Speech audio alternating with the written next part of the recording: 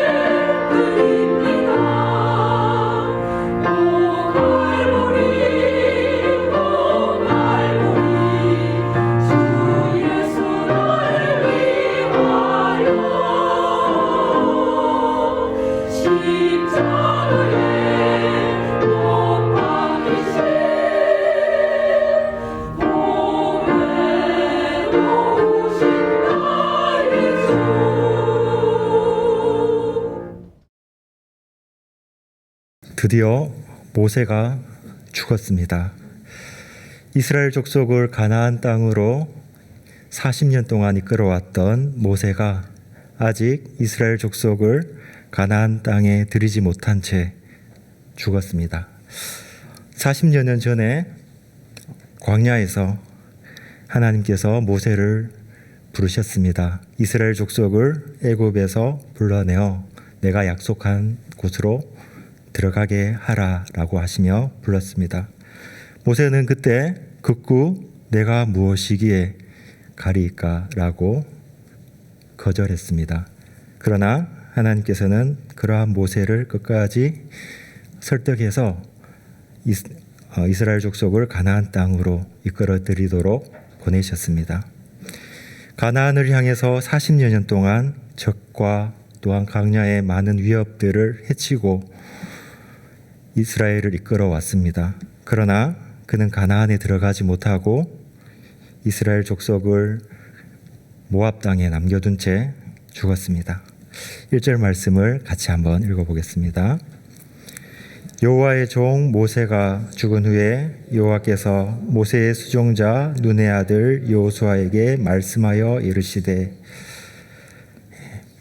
모세가 죽음을 통해서 이스라엘 족속에게 미쳤을 영향은 어떤 것이 있겠습니까? 모세가 애굽에 있던 이스라엘 사람들에게 가기 전까지 이스라엘 족속은 가나안으로 가야겠다는 의지가 없었습니다. 그러한 이스라엘 족속에게 모세는 하나님께서 나를 보내셨다라고 말하고 하나님께서 하신 말씀을 그들에게 모두 구했습니다. 그리고 함께 바로에게 말하고 가나안 땅으로 가기 위해서 홍해를 건너왔습니다. 이스라엘 족속은 실제로 가나안으로 가고자 하는 의지가 적었습니다. 40년 동안 광야길을 가면서 어려움이 있을 때마다 끊임없이 왜 애굽에서 나왔느냐라고 원망을 했습니다. 홍해를 건너자 홍해 앞에서도 두려움에 떨면서 차라리 애굽에 있는 것이 낫지 않은가 원망했고, 신광야에서도 그랬고, 르비딤에서 물이 없어질 때도 그랬고, 다베라에서 채소와 고기를 먹지 못한다고 또한 애굽에 있는 것이 낫겠다라고 원망을 했습니다. 가데스에서도 물이 없어서 그랬고, 가데스 바네아에서도 정탐 후에 그 가나안 땅은 우리가 들어갈 수 없는 땅이다라고 차라리 애굽에 있는 것이 낫지 않냐라고 원망을 했습니다. 그 이후에도 수없이 많이 이스라엘 족속은 어려움을 처할 때마다 차라리 애굽에 있는 것이 나은데 우리를 이 광야에서 죽게 하려고 우리를 이곳으로 이끌어 왔느냐라고 모세에게 원망을 했습니다.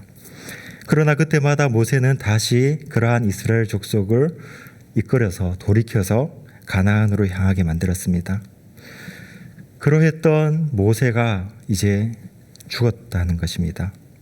어떤 문제가 있겠습니까? 바로 하나님께서는 그러한 이스라엘 족속이 가나안으로 가기를 멈출 수 있다라는 염려가 있었을 것입니다. 어려움이 있을 때마다 가나안으로 가지 않으려고 했던 그들에게 모세는 위대한 지도자였습니다. 끝까지 그 어려움을 헤치고 가나안으로 향하도록 만들었던 하나님의 수종자였습니다.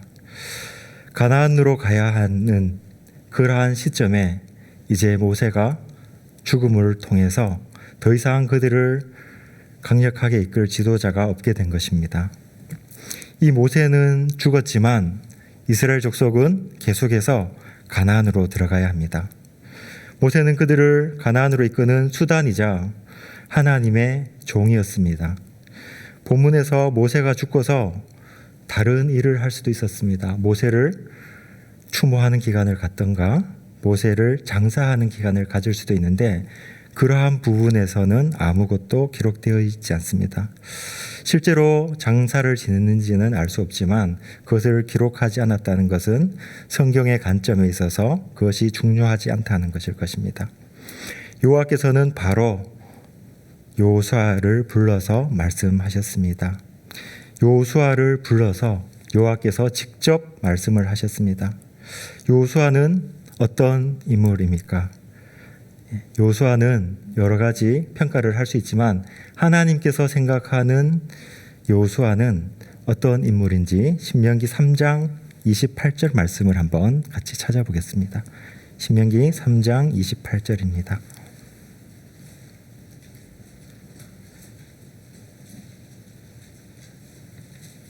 같이 읽어보겠습니다. 너는 여호수아에게 명령하고 그를 담대하게 하며 그를 강하게 하라.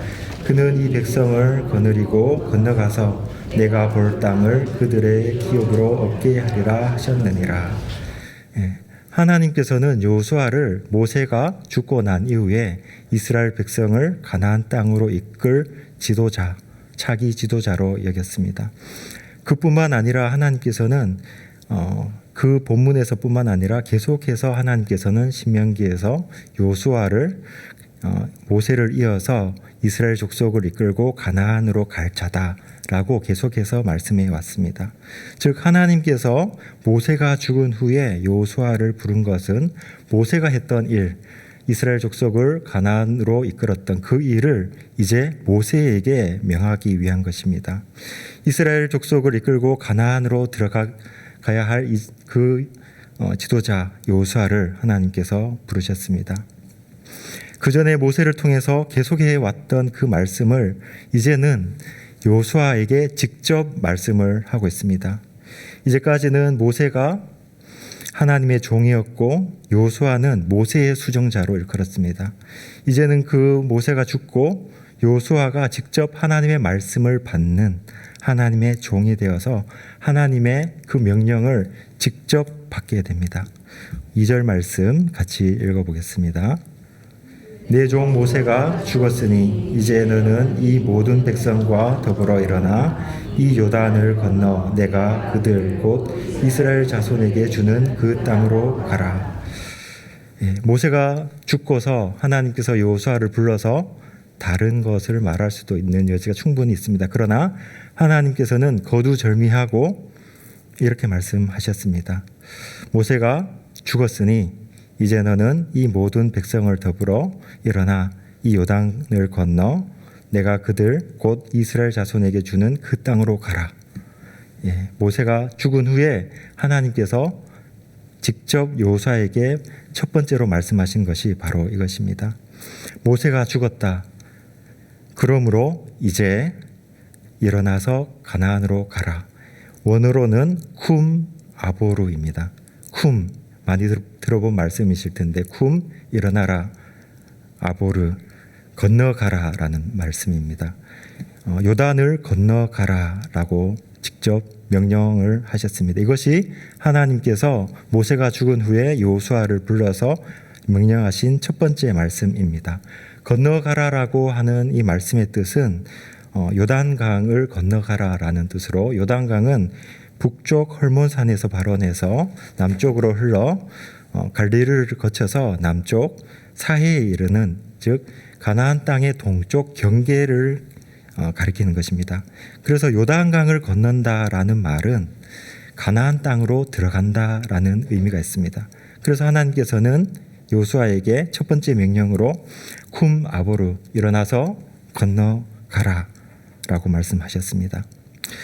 방금 우리가 1장 말씀을 읽었을 때 강하고 담대하라라는 말씀이 여러 번 반복되지만 실제로 1장에서 가장 중요한 명령은 그 땅으로 가라라는 말씀입니다. 너는 일어나서 그 땅으로 가라라는 이 말씀이 1장에서 근본적인 하나님의 명령이라고 할 수 있습니다. 그들이 강하고 담대해야 하는 이유 또한 그 땅으로 들어가게 하기 위한 것입니다. 그런데 하나님께서 가라라고 첫 번째 명령을 내린 그 땅은 어떤 땅입니까? 바로 내가 이스라엘 자손에게 주는 그 땅입니다. 약 430년 전에 아브라함에게 하나님께서 너는 내가 지시할 땅으로 가라라고 하고 그 가나안 땅으로 가기를 명령하셨습니다. 그리고 그 후손에게 그 땅을 주겠다라고 약속을 하셨고 그리고 아브라함의 아들 이삭에게도 동일한 약속을 하셨습니다.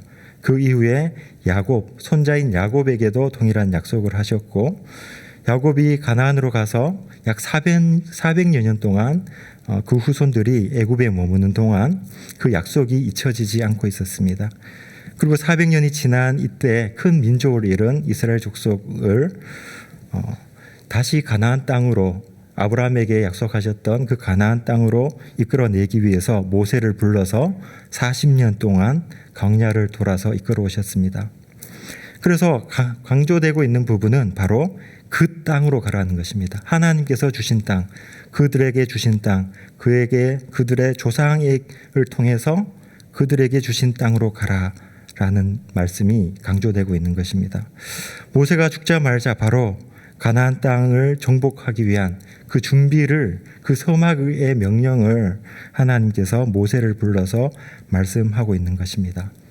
요수아를 부른 그 목적도 요수아가 가나안 땅으로 이끌 지도자이기 때문에 부르셨는 것이고, 그에게 일어나 가라라고, 건너가라라고 말씀하신 이유도 가나안 땅으로 가게 하기 위해서 일어나 건너가라라고 말씀하셨습니다.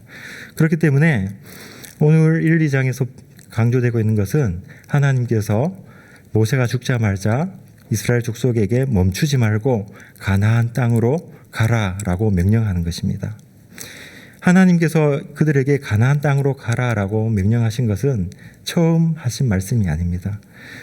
출애굽기, 레위기, 민수기, 신명기에서 계속해서 이스라엘 족속에게 해오신 말씀입니다. 그들이 가나안 땅으로 가기를 주저하고 또한 애굽에 있는 것이 더 낫다고 불평할 때조차도 하나님께서는 계속해서 가나안 땅으로 가라라고 말하며 모세를 통해서 그들을 이끌어 오셨습니다. 하나님께서 그들을 그렇게 계속해서 가나안 땅으로 이끌어 오셨던 그 목적, 왜 그렇게 하셨겠습니까? 그 땅이 무엇이기에 하나님께서는 그 땅으로 가라라고 계속해서 말씀을 하시고 430여 년이 지난 이때까지도 계속 그들을 이끌고 있는 것이겠습니까? 왜 꼭 그 땅으로 가야 하는가? 한번 우리는 생각해 봐야 합니다. 어디에 살든지 하나님의 율법을 지키고 하나님을 섬기면 되는 것 아니겠습니까?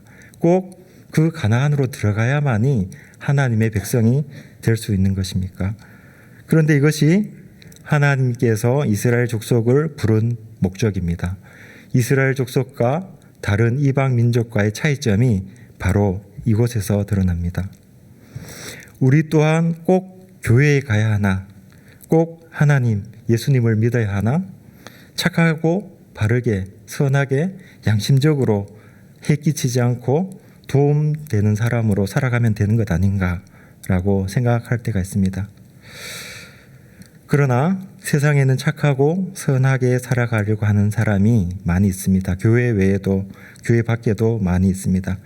하나님께서 우리를 부르신 목적은 우리를 착하게 살게 하고 선하게 살게 하기 위해서 부르신 것이 아니라 하나님께서 약속하신 곳, 하나님께서 목적하신 곳으로 우리를 부르시는 것, 그것이 목적입니다. 하나님의 언약, 그것이 바로 하나님께서 그리스도인을 부른 목적입니다. 예수 그리스도를 통해서 영원한 하나님의 백성이 되는 것, 그것이 하나님의 우리를 향한 부르심이지, 우리가 양심적으로 선하게 살고 사회에 도움이 되는 사람이 되는 것이 하나님의 목적은 아닙니다. 우리는 이 여호수아의 주제를 그래서 한마디로 말할 수 있습니다. 한마디로 말하면은 가나안 땅의 정복이라고 말할 수 있습니다. 가나안 땅, 왜 가나안 땅으로 들어가야 하는가? 아브라함 때부터 400년이 흘러갔던 지금까지도 아직 가나안 땅을 외치고 그것으로 가고 있는데 그 땅의 의미가 무엇인가를 생각해 봐야 된다는 것입니다. 그 땅이 비옥한 땅이라서 그런 것이겠습니까? 실제로는 그 땅이 다른 주변 땅보다 훨씬 비옥하다라는 증거는 없습니다. 심지어 그 땅에는 이미 이방 민족이 살고 있고 하나님을 모르는 이방 민족이 우상을 섬기며 우상이 가득한 땅입니다. 그래서 그것이 객관적으로 좋은 땅이기 때문에 그쪽으로 가라라고 하는 것도 아닐 것입니다. 그 땅은 단지 한 가지 이유입니다. 하나님께서 가라고 명령하셨고 하나님께서 주겠다고 약속하신 곳이기 때문입니다. 왜 하나님께서 약속하셨습니까? 아브라함이 원해서 아브라함이 나에게도 땅을 주십시오라고 말했기 때문에 주셨습니까? 그렇지 않습니다. 아브라함이 원하기 전에 하나님께서는 그 땅으로 아브라함을 보내기 위해서 아브라함을 부르셨습니다. 그곳에 가게 하기 위해서 전혀 하나님을 알지 못했던 아브라함을 불렀다는 것입니다. 그래서 그 땅은 그 땅 자체의 의미가 있는 것이 아니라 하나님께서 약속하셨기 때문에, 하나님께서 그곳으로 가라고 하셨기 때문에 의미가 있는 땅입니다. 가나안 땅을 가리키는 대명사가 있습니다. 젖과 꿀이 흐르는 땅. 구약 성경에서 가나안 땅을 가리킬 때 젖과 꿀이 흐르는 땅이라고 지칭을 하는 것이 한 20회 정도 됩니다. 문자적으로 젖은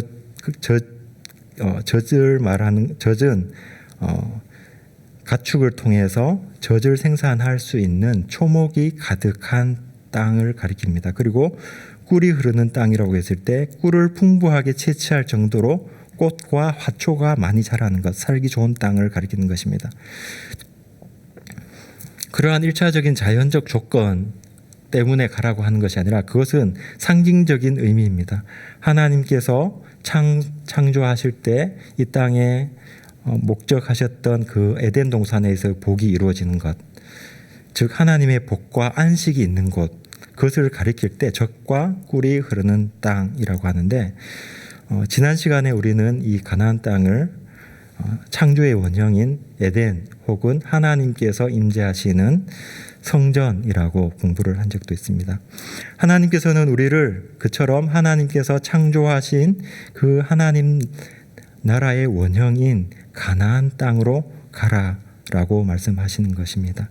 즉 이스라엘 족속에게 그곳으로 보내는 하나님의 약속을 절대로 잊어버리지 말고, 그것에 대한 믿음이 약해지지 말고 그곳을 가라. 그곳을 사모하는 자, 그곳으로 끝까지 가기를 원하는 자는 그곳에 들어가게 될 것이고, 그곳에서 하나님께서 주시는 약속하신 안식을 누리게 될 것이다 라고 계속해서 약속하시는 것입니다. 3절 말씀을 또 같이 한번 읽어보겠습니다. 3절. 내가 모세에게 말한 바와 같이 너희 발바닥으로 밟는 곳은 모두 내가 너희에게 주었노니. 하나님께서 너희가 가나안 땅으로 가면은 너희가 발바닥으로 밟는 모든 땅을 너희에게 주겠다라고 말씀하셨습니다. 여기에서 너희에게 주었노니라고 완료형을 쓰고 있습니다.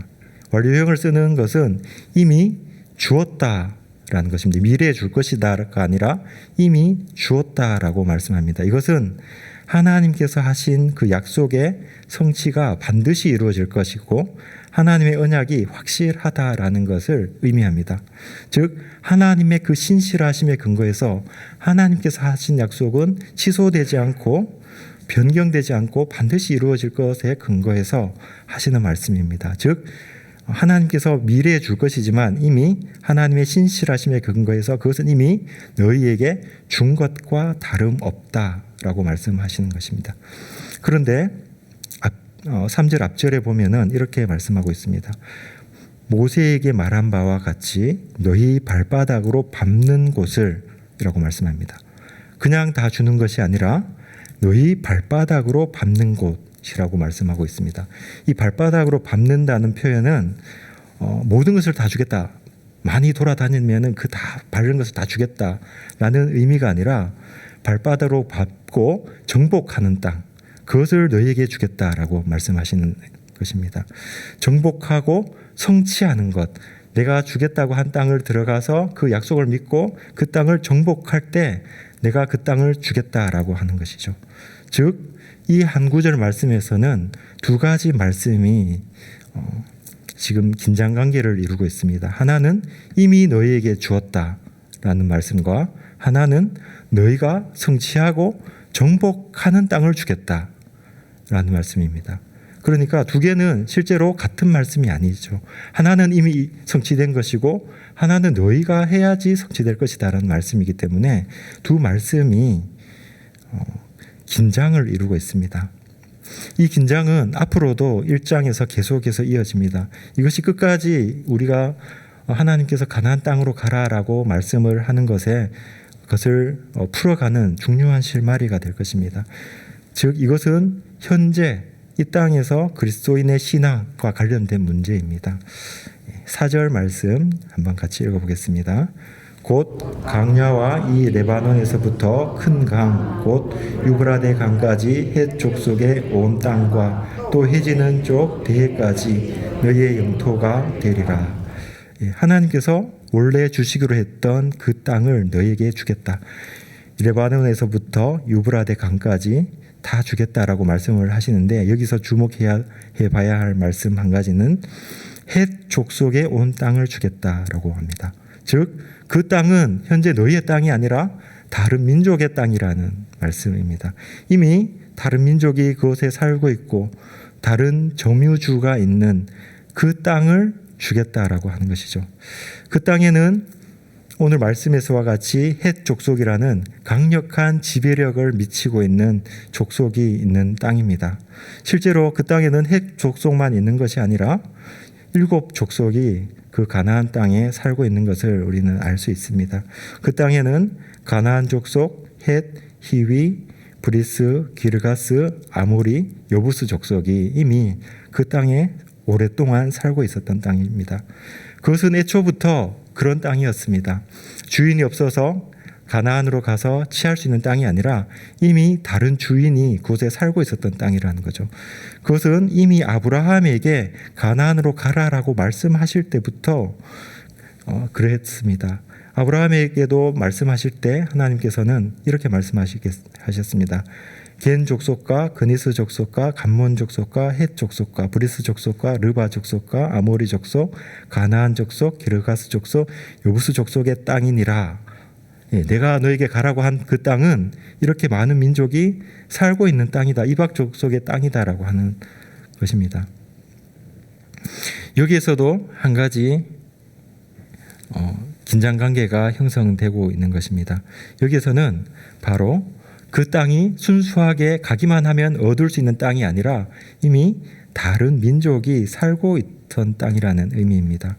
그렇기 때문에 그 땅으로 가는 것은 다른 용기와 담대함이 필요한 땅이기도 합니다.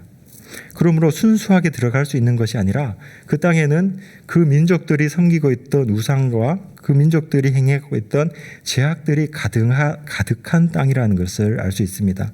그것에 대해서 하나님께서는 신명기에서 계속해서 말씀을 하셨습니다. 신명기 7장에서는 그들이 들어갈 그 땅이 그냥 순전한 젖과 꿀이 흐르는 땅이 아니라 이미 이방 민족이 그곳에서 우상을 숭배하고 있는 땅이라고 말씀을 해주셨습니다. 신명기 7장에서 이렇게 말씀을 하고 있습니다. 내 하나님 여호와께서 너를 인도하사 내가 가서 차지할 땅으로 들이시고 내 앞으로 여러 민족, 헷 족속, 기르가스 족속, 아모리 족속, 가나안 족속과 브리스 족속과 휘 족속과 여부스 족속, 곧 너보다 많고 힘이 센 7 족속을 쫓아내실 때에 내 하나님 여호와께서 그들을 내게 넘겨 내게 치게 하시리니 그때에는 너는 그들을 진멸할 것이라. 그들과 어떤 언약도 하지 말 것이요 그들을 불쌍히 여기지도 말 것이며 또 그들과 혼인하지도 말지니 내 딸들을 그들의 아들에게 주지 말 것이요 그들의 딸도 내 며느리로 삼지 말 것은 그가 내 아들을 유혹하여 그가 여호와를 떠나고 다른 신들을 섬기게 하므로 여호와께서 너희에게 진노하사 갑자기 너희를 멸하실 것임이니라. 오직 너희가 그들에게 행할 것은 이것이라니 그들의 제단을 헐며 주상을 깨뜨리고 아세라 목상을 찢으며 조각한 우상들을 불사를 것이라. 그 땅에는 순수히 들어갈 수 있는 땅이 아니라 그곳에는 유혹이 있는 땅입니다. 우상을 섬기고 그래서 그 우상 섬기는 자들과 결혼하지 말 것이며 그들의 유혹에 넘어가지 말고 그곳에서 그들의 우상을 깨뜨리고 그들의 제단을 불사르라 라고 말씀합니다. 그래서 그 땅은 순수하게 들어갈 수 있는 땅이 아닙니다. 그 땅이 너희 땅이 될 것이지만 그 땅은 이미 이방 민족이 그곳에서 우상을 숭배하고 있는 땅, 여기서도 긴장관계가 형성되고 있습니다. 하나님께서 너희에게 주시겠다고 한 그 땅, 그것은 그냥 받을 수 있는 땅이 아니라 이방 민족이 우상을 섬기고 있고 그곳에서 하나님의 백성으로서 우상을 섬기지 아니하고 우상 섬김의 유혹으로부터 물리치고 하나님만을 섬겨야 하는 그러한 노력이 필요한 땅이라는 것입니다. 하나님께서 가라고 하신 그 땅, 이미 주셨지만 다른 사람이 다른 신을 섬기고 있는 땅이라는 것입니다. 그리고 이 긴장관계는 여기서 멈추지 않습니다. 5절 말씀 한번 같이 읽어보겠습니다. 내 평생에 너를 능히 대적할 자가 없으리니 내가 모세와 함께 있었던 것 같이 너와 함께 있을 것임이라. 내가 너를 떠나지 아니하며 버리지 아니하리니 강하고 담대하라. 너는 내가 그들의 조상에게 맹세하여 그들에게 주리라 한 땅을 이 백성에게 차지하리라. 내 평생에 너를 능히 대적할 자가 없다라고 말씀하십니다. 이 말씀은 여호수아에게 용기를 주는 말씀, 긍정적인 말씀이기도 하지만 이 말씀 이면에는 부정적인 의미도 포함되어 있습니다. 이 문장을 한번 재해석해 보면은 내 평생에 어떤 사람도 너를 향해 대들 수가 없을 것이다 라고 할 수 있습니다. 이 말씀에 긍정적인 부분과 부정적인 부분이 동시에 내포되어 있습니다. 긍정적인 면은 내부적으로는 모세를 대적할 지도자가 없을 것이다 라는 말씀이고, 외부적으로는 가나안 땅의 어떤 대적도 여호수아를 이길 자가 없다라는 말씀입니다. 그런데 반대로 말하면은 언제든지 여호수아의 지도력에 대항할 자가 도사리고 있다라는 의미이고, 또 외부적으로는 그 땅에 너를 대적할 대적이 항상 있을 것이다 라는 말씀입니다. 여기서 부정적으로 보는 이 의미가 바로 긴장관계를 형성하고 있습니다. 실제로 이스라엘 족속이 가나안 땅에 들어갔을 때, 아이성에서 전투를 했을 때 그곳에 여호수아의 계획을 무력시키는 대적이 도사리고 있었습니다. 아각입니다. 아각의 범죄로 말미암아 이스라엘 족속은 패배하고 뒤로 물러서게 됩니다. 그러나 다시 겸비하여서 돌아갔을 때 그 땅을 취할 수 있었습니다. 이처럼 그 땅은 언제든지 여호수아를 대적할 수 있고 여호수아의 지도력에 대항할 수 있는 세력이 존재하는 것입니다. 그렇기 때문에 이 긴장관계는 계속해서 이루어지고 있습니다. 그리고 이 긴장관계 속에 가장 중요한 부분이 7절에 이어집니다. 7절 말씀 같이 7절 8절 말씀 같이 읽어보겠습니다. 오직 강하고 극히 담대하여 나의 종 모세가 내게 명령한 그 율법을 다 지켜 행하고 우로나 좌로나 치우치지 말라. 그리하면 어디로 가든지 형통하리니 이 율법책을 내 입에서 떠나지 말게 하며 주야로 그것을 묵상하여 그 안에 기록된 대로 다 지켜 행하라. 그리하면 내 길이 평탄하게 될 것이며 내가 형통하리라. 율법을 지켜 행하라. 그리하면 내가 형통할 것이다 라는 이 말씀은 여호수아에게만 주는 말씀이 아니라 신명기에서 반복해서 나오는 중요한 주제입니다. 그 말씀을 하나님께서는 여호수아에게도 말씀하고 있는 것입니다. 하나님께서 여호수아에게 내가 너에게 명령한 그 율법을 다 지켜 행하라. 그리하면 내가 어디로 가든지 형통할 것이다 라고 다시 한번 말씀해 주고 있는 것입니다. 이것이 바로 핵심적인 긴장관계입니다. 하나님께서 그 땅으로 가면 내가 그 땅을 차지하게 될 것이다 라고 하셨지만 또 한 가지는 그곳에 가서 율법을 지켜 행하라. 그래야지 형통할 것이다 라고 말씀한다는 것입니다. 주셨지만 너희가 지켜야지 또한 형통함을 누릴 것이다 라는 두 가지 대립되는 것이 공존하고 있는 것입니다. 조건 없이 주신 그 땅, 이미 주었다라고 하신 그 땅이 실제로는 율법을 행할 때에 그 땅이 형통하게 너에게 주어질 것이다 라고 말씀을 하고 있는 것이죠. 이 말씀을 이 시대에 사는 우리 독자의 관점으로 보면은 이스라엘 족속이 율법을 지키지 못함을 이미 알고 있기 때문에 이런 생각이 듭니다.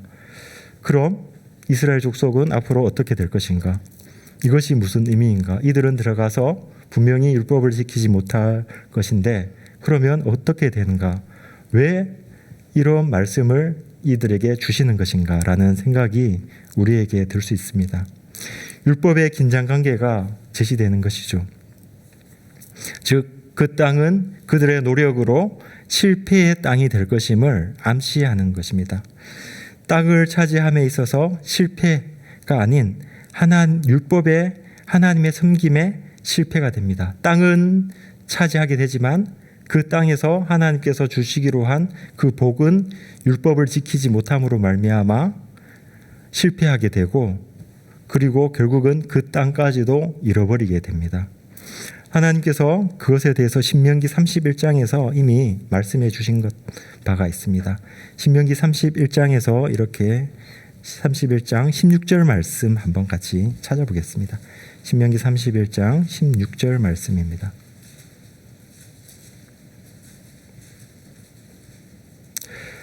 또 여호와께서 모세에게 이르시되 너는 내 조상과 함께 누우려니와 이 백성은 그 땅으로 들어가 음란히 그 땅의 이방 신들을 따르며 일어날 것이요 나를 버리고 내가 그들과 맺은 언약을 어길 것이라. 하나님께서 이미 주었다라고 했지만 또 신명기에서는 그들은 나를 버리고 나와 맺은 언약을 잃어버리고 그 땅을 잃어버릴 것이다 라고 말씀을 하고 있습니다. 그 땅은 우상과 이방 민족이 있어서 정복해야 될 땅이고 또한 율법을 지켜 행해야지만 하나님께서 주신 그 형통을 누리게 되는 땅입니다. 그래서 그 땅을 성취하지 못할 것입니다. 그러나 하나님께서는 여호수아에게 뭐라고 말씀하셨습니까? 일어나 그 땅으로 가라. 그 땅에 가서 그들이 실패할 것이 이미 암시되어 있지만 그 땅으로 가라라고 하십니다. 더 완전한 곳을 암시하는 것입니다. 그 땅이 실패할 땅이기 때문에 그 땅 너머에 있는 더 완전한 곳을 바라보게 하고 그것을 소망하게 만드는 목적이 이곳에서 드러납니다. 가나안이라는 땅은 이 세상이 완전하지 않지만 이곳에 하나님 나라의 백성으로 살아가야 할 삶이 있다는 것을 우리에게 부르시는 곳입니다. 그러면서 궁극적으로는 현재 이 땅이 아닌 하나님께서 언약으로 완성시켜 주실 그 땅을 우리에게 가르쳐 주고 그 땅이 있음을 바라보게 하고 우리로 하여금 그것을 사모하게 만드는 곳, 그리고 그 장래에 이루어질 그 하나님의 언약을 그 땅에서 현재에 이루어진 것처럼 하나님의 말씀대로 살아가야 할 땅, 그것이 바로 가나안 땅이라는 것입니다. 그래서 주저하지 말고 멈추지 말고 그 땅으로 가야 하는 것입니다. 이미 이루어진 것으로 여기고 이미 하나님께서 주신 것이라고 확신하고 그 땅으로 가야 합니다. 이것이 출애굽기에서부터 실제로는 창세기에서부터 신명기까지의 이스라엘 족속에게 끊임없이 하시는 명령의 핵심입니다. 그 땅은 바로 하나님 나라의 현재성과 미래성이 공존하는 땅입니다. 그 가나안은 하나님께서 차지하게 하실 것이지만 실제로는 다 차지하지 못하는 땅이기 때문입니다. 가나안은 하나님의 백성, 하나님께서 부르신 자에게 주실 궁극적인 지향점이라고 할 수 있습니다. 하나님의 나라, 천국, 에덴 동산 혹은 새 성전이라고 말할 수 있습니다. 그러나 현재의 삶이 무의미하다는 것을 말하는 것이 아닙니다. 그것을 궁극적으로 주실 하나님 나라, 천국을 의미한다고 해서 지금 밟고 사는 이 땅이 무의미하다라는 것을 말하는 것이 아니라 가나안 땅을 통해서 현재 밟고 완전히 살고 있는 완전히 이루어지지 않는 하나님의 통치가 있는 이 땅 또한 마치 미래에 이루어질 하나님 나라가 현재 이루어진 것처럼 하나님의 백성으로 살아가야 할 땅, 이렇게 말하는 것이 바로 오늘 이스라엘 족속이 들어가야 할 땅이라는 것입니다. 마찬가지로 우리의 신앙생활에 또한 이미 이루어진 하나님 나라와 아직 이루어지지 않은 하나님 나라가 공존하고 있습니다. 현재 이 땅이 하나님 나라의 백성으로 살아가야 할 터전이며 동시에 그것은 아직 완성되지 않는 장래에 이루어질 하나님 나라를 소망함으로 그 소망을 바라보고 살아가야 할 땅이라는 것입니다. 예수 그리스도를 믿는 사람은 그 언약을 하나님 나라를 사모함으로 그의 대속적 죽음으로 인해서 이미 얻었다, 이미 의롭다함을 얻었지만 또한 장래에 그것이 완성될 것입니다. 장래에 완성된다고 해서 현재의 삶이 의미 없는 것이 아니라 현재에 장래에 이루어질 것이 이루어졌음을 확신하고 현재의 하나님 나라의 백성으로 이 땅을 살아가야 한다는 것입니다. 그것이 바로 이스라엘 백성이 지금 일어나 들어가야 할 가나안 땅입니다. 그것은 우리 그리스도인들에게도 아주 중요한 메시지를 주고 있습니다.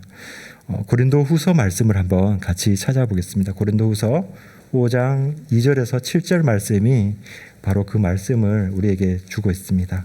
고린도후서 5장 2절에서 7절 말씀 같이 한번 읽어보겠습니다. 참으로 우리가 여기 서 있어 탄식하며 하늘로부터 오는 우리 처소를 덧입기를 간절히 사모하노라. 이렇게 입음은 우리가 벗은 자들로 발견되지 않으려 함이라. 참으로 이 장막에 있는 우리가 짐진 것 같이 탄식하는 것은 벗고자 함이 아니요 오히려 덧입고자 함이니 죽을 것이 생명에 삼킨 바 되게 하려 함이라. 곧 이것을 우리에게 이루게 하시고 보증으로 성령을 우리에게 주신 이 하나님이시라. 그러므로 우리가 항상 담대하여 몸으로 있을 때에 주와 따로 있는 줄을 아노니 이는 우리가 믿음으로 행하고 보는 것으로 행하지 아니함이로다. 우리는 여기에 살고 있지만 하늘로부터 오는 처소를 덧입기를 사모합니다. 그 하늘로부터 오는 옷을 덧입고자 사모하는 것은 현재의 삶을 벗어버리고자 하는 것이 아니라 현재 이 삶에 하늘로부터 오는 것을 덧입히기 위한 것입니다. 즉 죽을 것이 없어지는 것이 아니라 죽을 것이 생명에 삼킨 바 되게 하기 위한 것이라고 말씀합니다. 즉 이 땅에서의 삶이 장래에 이루어질 그 구원으로 말미암아 생명으로 거듭나게 하기 위한 것. 그래서 현재의 삶은 현재의 상황과 환경과 처지의 노예가 되는 것이 아니라 미래에 이루어질 영원한 삶을 덧입어서 그 삶을 살아가게 되는 터전이라는 것이죠. 그래서 우리의 믿음의 현실에 대한 바른 인식은 6절에 말씀하는 것과 같이 몸으로 있을 때는 주와 따로 있다는 것을 분명히 인식해야 한다는 것입니다. 우리가 몸으로 있을 때는 하나님께서 예수 그리스도께서 우리와 분명히 멀리 떨어져 있습니다. 그러나 떨어져 있다고 해서 우리와 함께 계시지 않는 것이 아니라는 것이죠. 그래서 우리의 바른 인식은 바로 6절에서와 같이 몸으로 있을 때는 주와 떨어져 있지만 이곳에서 장래의 것을 바라봄으로 죽을 것이 생명으로 삼킨 바 되게 하기 위해서 이 땅을 살아간다는 것이죠. 담대함을 얻어서 보이지 않는 것을 보면서 살아가게 하기 위해서 우리에게 하나님께서 소망을 주셨다라고 합니다. 그래서 담대함을 얻으라 라고 말씀을 하고 있습니다. 9절 말씀 같이 한번 읽어보겠습니다. 9절에 내가 내게 명령한 것이 아니냐 강하고 담대하라 두려워하지 말며 놀라지 말라 내가 어디로 가든지 내 하나님 여호와가 너와 함께 하느니라 하시니라. 그렇기 때문에 이 땅에서의 삶의 처지가 우리의 믿음과 일치하지 않는 것처럼 보일지라도 그 처지로 인해서 넘어져서는 안 된다는 의미입니다. 이스라엘 족속이 그 땅에 들어갈 때 그 땅은 이미 다른 족속이 우상을 섬기고 있는 땅이고 그곳에서 그들을 대적하는 사람들이 있지만 그 땅을 취해야 한다는 것입니다. 어떤 마음으로 취해야 합니까? 바로 강하고 담대한 마음을 취해야 되는 것입니다. 요수아는 그 땅을 이미 얻어 차지한 것과 같기 때문에 담대함을 얻을 수 있습니다. 그가 담대할 수 있는 이유는 하나님께서 이미 주셨다라고 하기 때문입니다. 즉 하나님의 언약이 성취될 것이 너무도 확실하기 때문에 그것에 근거해서 담대하고 마음을 강하게 할 수 있습니다. 그리고 우리 그리스도인은 어떻습니까? 예수 그리스도께서 십자가에 죽어서 우리를 의롭다 하시고 우리에게 주실 그 구원을 이미 완성하시기 때문에 우리의 현재의 삶이 마치 그러하지 않는 것처럼 보일지라도 담대할 수 있습니다. 이것은 우리 자신에게 근거를 두는 것이 아니라 하나님의 언약의 확실성에 근거를 두고 있고 예수 그리스도의 죽음으로 통한 구원의 확실성에 근거를 두고 있습니다. 그래서 또한 한 가지 더 그들이 담대하고 강하고 담대할 수 있는 이유는 가나안 땅을 이미 그들에게 주실 것이기 때문입니다. 그 속에는 우상 숭배를 하는 곳 사람들이 살고 있고 또한 그곳에 가서 율법을 지켜야 하는 삶이 남아있지만 그럼에도 불구하고 그것을 해내기 위해서 강하고 담대해야 합니다. 우리 그리스도인도 마찬가지입니다.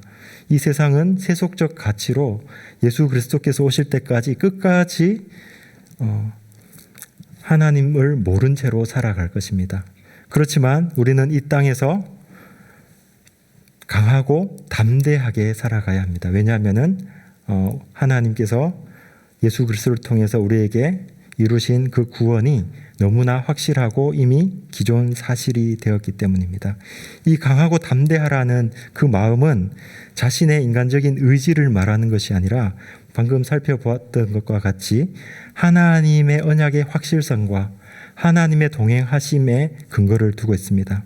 마찬가지로 예수 그리스도의 구원의 확실성과 그의 성령을 보내셔서 우리와 함께 하신다는 것의 보증으로 말미암아 우리는 우리의 마음을 강하고 담대하게 할 수 있습니다. 우리의 마음을 마인드 컨트롤해서 의지를 강하게 하라는 말씀이 아닙니다. 예수 그리스도께서 이루신 그 구원의 확실성에 확신을 두고 그것으로 말미암아 소망을 품으라라고 말씀합니다.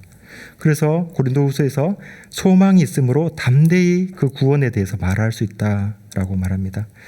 소망은 현재의 것을 말하는 것이 아니라 보이지 않는 미래의 것을 바라보게 하는 것입니다. 즉 보이지 않는 것을 보는 그 마음의 눈을 소망이라고 설명을 하고 있습니다.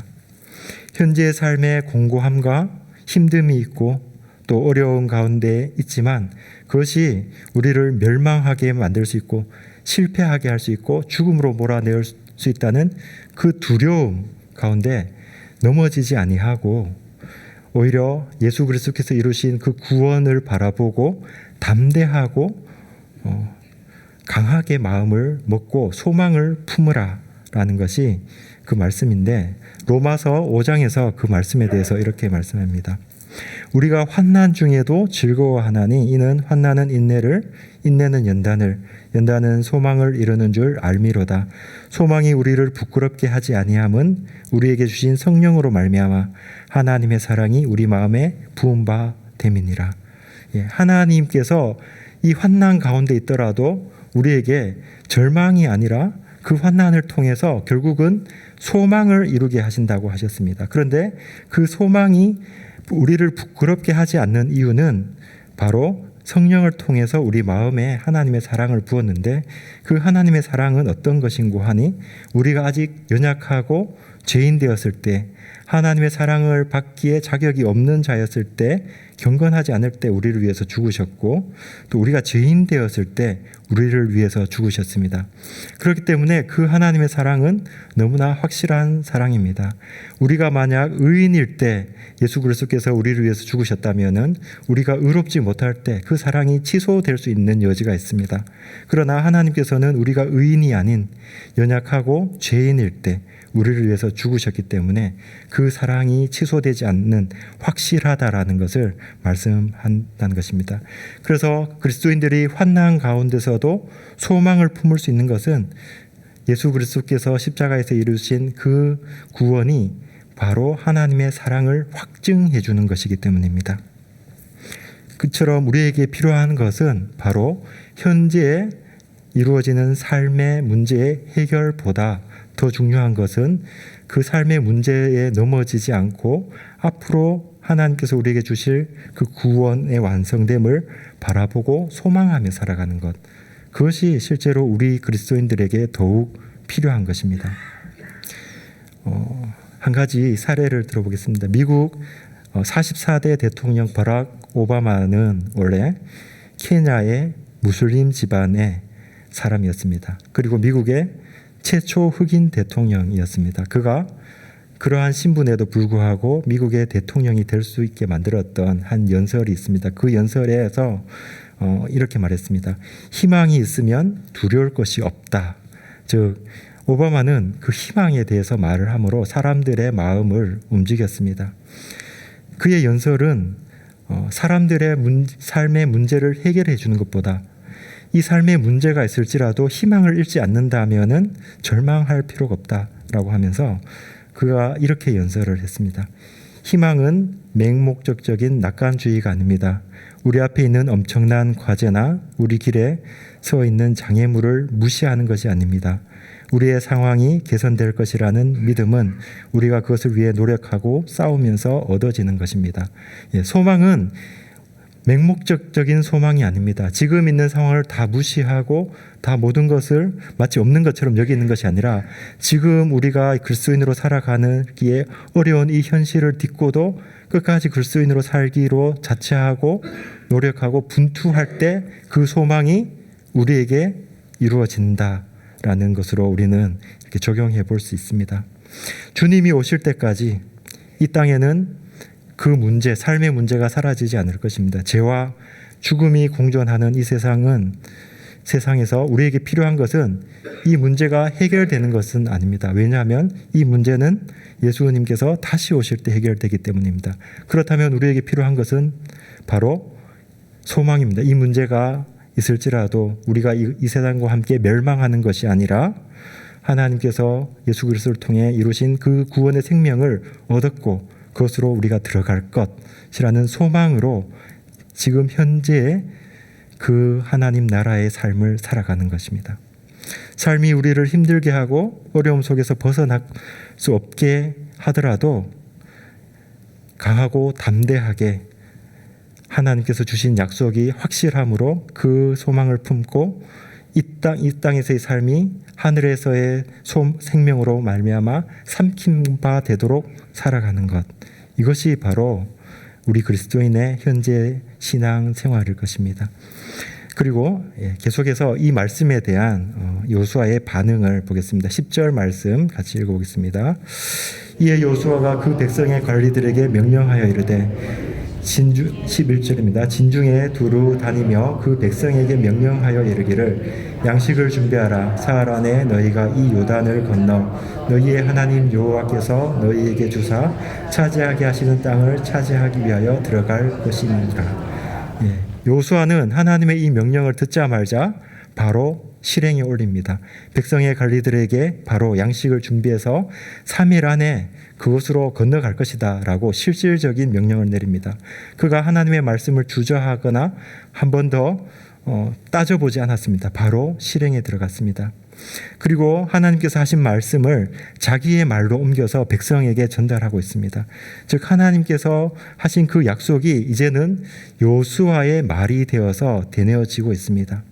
하나님의 약속은 요수아의 믿음이 되고 요수아의 확신이 되고 요수아의 소망이 되어서 그 백성에게 전해지고 있는 것입니다. 우리에게도 성경의 말씀이 성경의 말씀으로만 남아있는 것이 아니라 하나님께서 우리에게 약속하신 그 약속이 약속으로만 남아있는 것이 아니라 우리의 확신과 우리의 소망으로 또한 계속해서 이루어져 가야 할 것입니다. 12절에서 15절 말씀 살펴보겠습니다.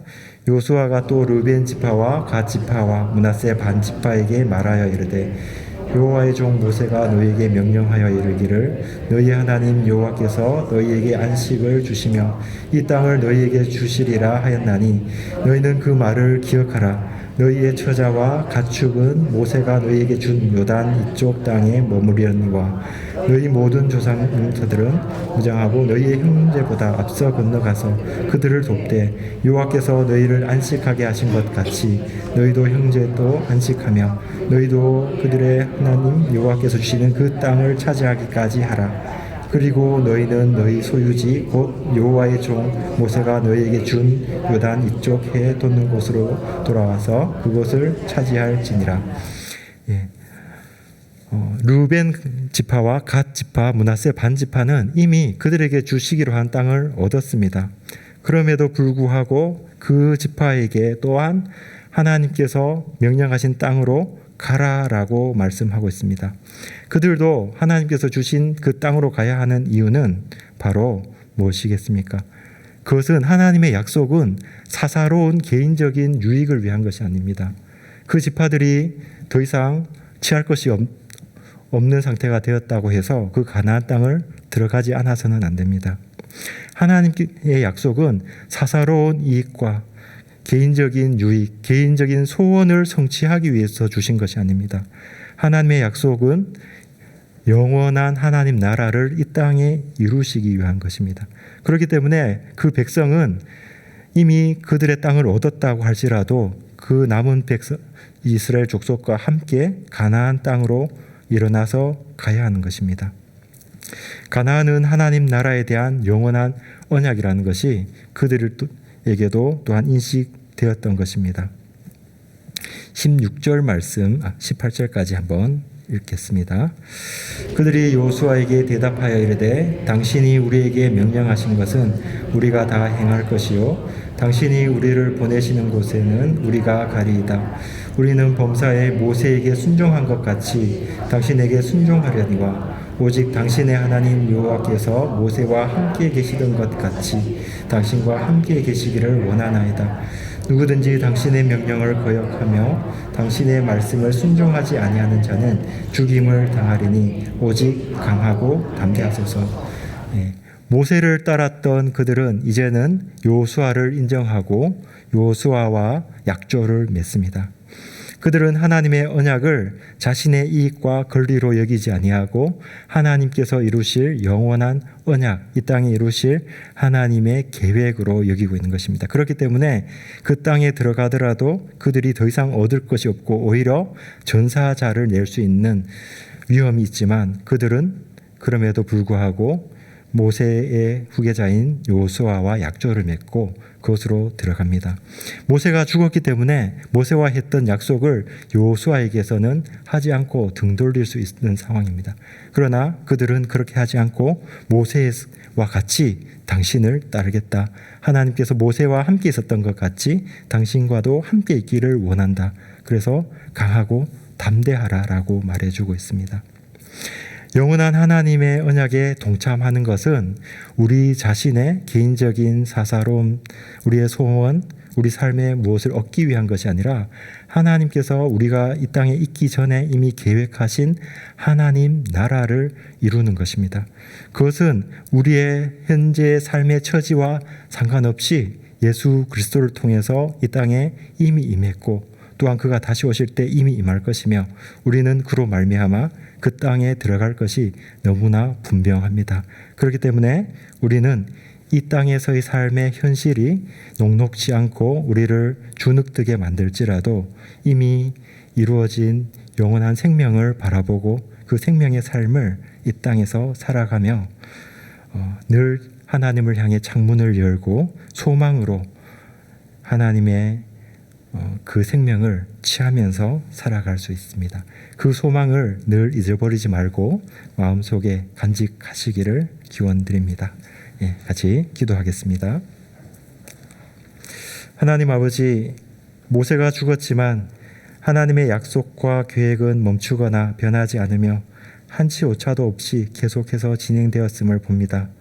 모세가 죽고 여호수아의 그 언약의 수종자가 되어서 강하고 담대한 마음으로 가나안 땅으로 들어가기를 주저하지 않았듯이 저희도 예수 그리스도께서 이루신 구원의 소망과 확신으로 지금 현재의 삶을 하나님 나라의 백성으로 살 수 있도록 인도하여 주시옵소서. 저희의 삶이 저희를 어둡게 하고 의기소침하게 만들지라도 담대하게 영원한 생명의 소망으로 장차 들어갈 하나님 나라를 이 땅에서 살아가도록 인도하여 주시옵소서. 세상의 위협과 불이익과 손해에도 골방으로 들어가지 않고 하나님을 향해 열린 그 창문 앞에 서서 감사와 순종의 기도를 하는 저희 100주년 기념 교회가 되도록 또한 은혜 베풀어 주시옵소서. 예수님의 이름으로 기도드립니다. 아멘.